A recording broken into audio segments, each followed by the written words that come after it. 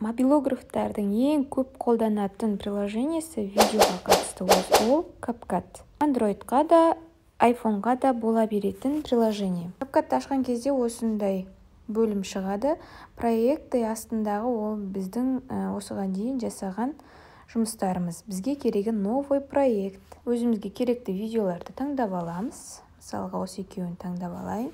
Біз екі видеоны алдық. Мына жерде жоғары жағында видео көрініп тұрады.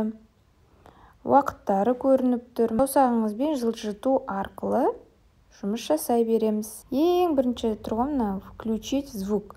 Соны өшіріп ала салайық. Бұл екі видеоның да бірдей дауысы өшеді. Алдағы уақытта керек болып жатса қоса саламыз, немесе музыка қойсақ, ол дауыс бізге керек те емес. Ең астында изменить деген тұр. Изменитті басатын болсақ, мынау видеоның бізге керек емес тұстарын кесіп алуымызға болады. Осы бір жерінен бастап керек дейік.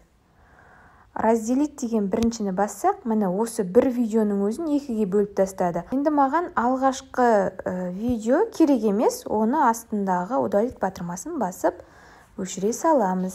Скорость, жылдамдығы өзіңіз қалағандай етіп жасап алсаңыз болады.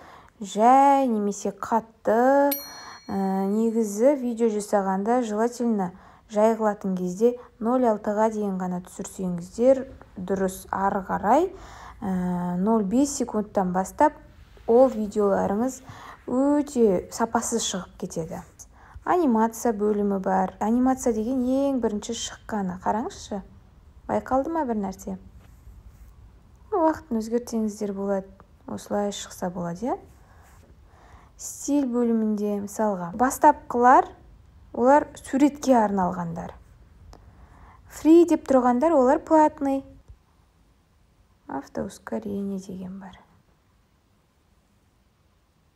Осыны көп видеода қолдансаңыздар болады. Удалить басырмасын білесіздер. Громкость, мысалға видеомыздың дауысы осы жерде тұрады, бізде 100 болып тұрады да, ол даусымыз баяу болып тұрса, оны 1000-ға дейін көтере аламыз. Сонда даусымызды көтеріп береді біздің. Видеоның дауысын 308-ге қойдық делік. Астындағы регулировка громкостьді басатын болсақ, барлық видеода осы дауыс сақталатын болады. Изменить батырмасын бассақ, міне отразить оң жақтан көрсетіп еді, енді сол жақтан көрсетіп тұр. Немесе повернутты басып, видеомызды 360 градусқа дейін айналдырып алсақ болады. Вырезка деген бар бөлім. Ол жақтан мысалға удалить фонды басатын болсақ, біздің артымыздағы фонды удалить етіп береді. Артымызға басқа фондар қоясақ болады. Хромакей деген бөлім бар. Бұны алдағы уақыттарда жеке-жеке көрсететін болам. Қазір сіздерді жай таныстырып өтіп жатырмын. Наложение деген бөлім бар. Фотоның, видеоның үстіне мысалға осылай бір-бірінің үстіне қоюға болады. Алдағы уақытта бұны да жеке көрсететін боламын. Маған бұл видео өзгерткенім керек емес болды ма? Жоғарғы жақтағы назад батырмасын баса саламыз. Сонда бұрынғы қалпына келеді. Фильтр бөліміне кіретін болсақ, міне неше түрлі фильтрлерді таңдай аласыздар. Қайсы сіздерге ұнайды, видеоңызға қайсы сәйкес келіп тұр, соны қоя берсеңіз болады. Мысалға мына мен екіншіні көп қолданам. Очистить видеоның сапасын жақсартып, немесе тым әсірелеп жібереді, өздеріңіз қалағандай етіп қоя аласыздар. 2-3 фильтрді бірден қойсаңыздар да болады. Настроить видеоның сапасын осы бөлім, фильтр настроить бөлімдері арқылы жақсартып алуларыңызға болады. Яркость қосасыздар. Әр видеоның негізі барлық пресеттер келе бермейді. Настройкасын жасап шығасыздар. Қайсы дұрыс, қайсы жақсырақ болып жатыр. Насыщенностьті көтерсеңіздер, осы негізі дұрыс. Экспозицияны төмендетеміз. Мына қараңыздар, қатты мені сап-сары қылып жіберді. Бұл дұрыс емес, сәл ғана керек. Резкостьті көтеріңіздер. Міне қатты болса, бұл да бір түрлі болып кетеді. Сәл керек жеріне. Мысалға HSL деген, менде мына жерде көк түс бар, үстімде көк киім. Осының тонын өзгертсек болады. Қараңыздар. Мүлдем басқа түске айналып кетті. насыщенностьті көтерсеңіздер болады, немесе төмен түсірсеңіздер болады. Көрдіңіздер ма? Яркое освещение. Тағы қандай түс бар? Артымда жасыл түс бар, е? Соны онты көтеріп қойсаңыздар болады. Бұлай барлық бөлімді қарап, өздеріңізге қайсысы дұрыс келеді деп ойлайсыздар. Соны таңдап, бәрін шұқылап көре берсеңіздер болады. Одан кейін астында применить ко всем деген бассаңыздар батырмасын, барлық видеоға осы фильтрмен настройкасы қойылып шығады. Птичканы басамыз. Ретуш лицо. Бұл жерде платныйлар да бар, бесплатныйлар да бар. Сглаживание жасаймыз бетімізге, тегістеп береді бетімізді, қараңыздар. Мен слишком 100%-ке апармаймын. Шамалы осы жетеді. Цвет кожи. Мысалы, мен мына жақта қара болып тұрмын ба? Мен біріншіні басып, мені ағарта алам өзімді. Көрдіңіздер? Мені қараңыздар. Тісімді ағартып береді. Маска деген бөлім бар, мысалға. Сіз мына екінші жағына басқа бір видеоны қойсаңыздар болады. Мені қараңыздар, мынау стрелка астында стрелка сияқты ғой. Соны басып, осылай қараңғы етіп, астына текст жаза берсеңіздер болады. Сонда анық көрінеді текстіңіз. Копировать осы видеоны тура осылай копировать етесіздер, заменить басқа видеомен алмастырасыздар. Звукты алып тастайсыздар.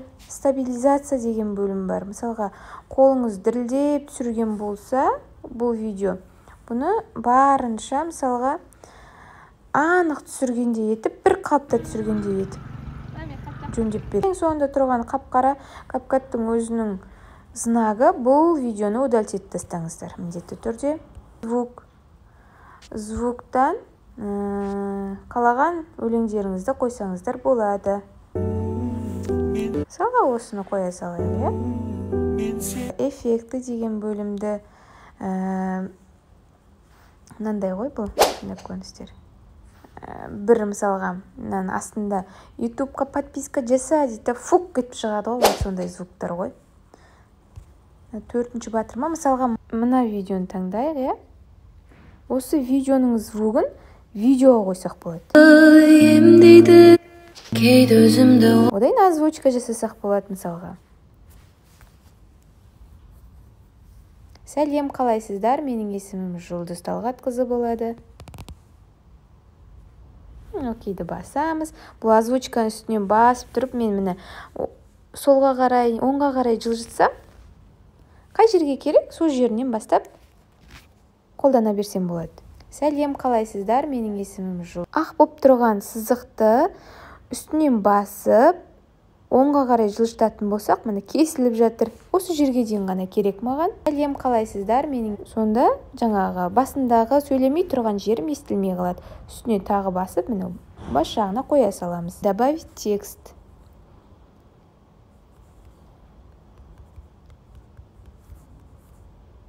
Сәлем, қалайсың деп жазайық.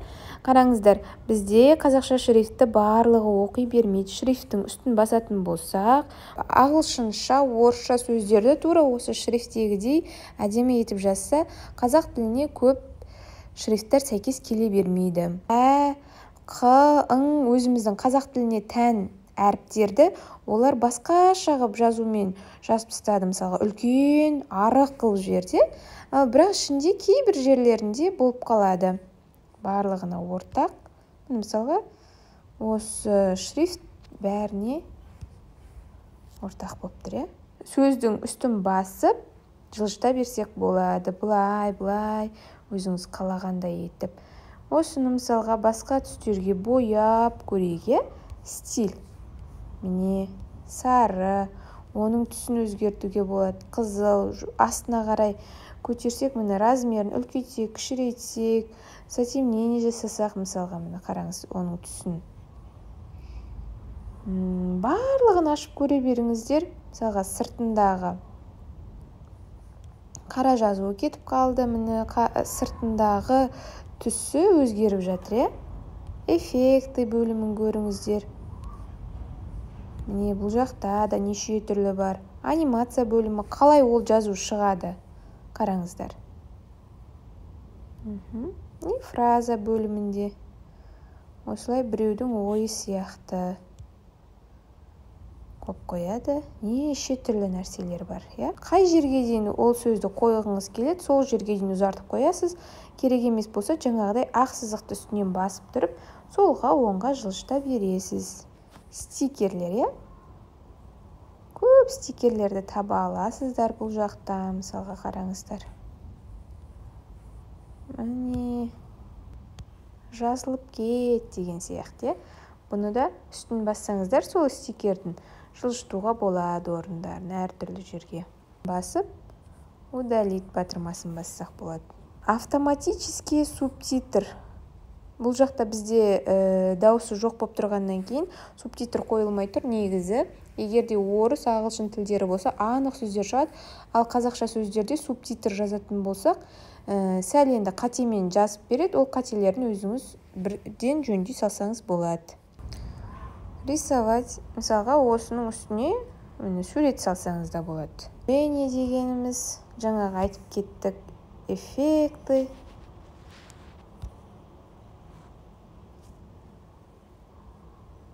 Мысалға, тиктокта көп жүреді ғой осындай эффекттер. Өзіңізде жасап алсаңыз болады сол эффектіні. Көрдіңіз ғой? Міне. Эффект тела. Міне. Фотоэффект. Бізде фото болмағаннан кейін бұлар ашылмай тұр. Фильтр, настройка, стихер. Қиындық жоқ мүлдем. Бәрі оңай, жеңіл. Тағы да видео қосатын болсақ, оң жақта плюс батырмасы тұр ғой. Вот соған басып, любой бір видеоны қоса салсақ болады. Жоғарғы жақтағы стрелканы басатын болсақ, бірден сақталатын болады.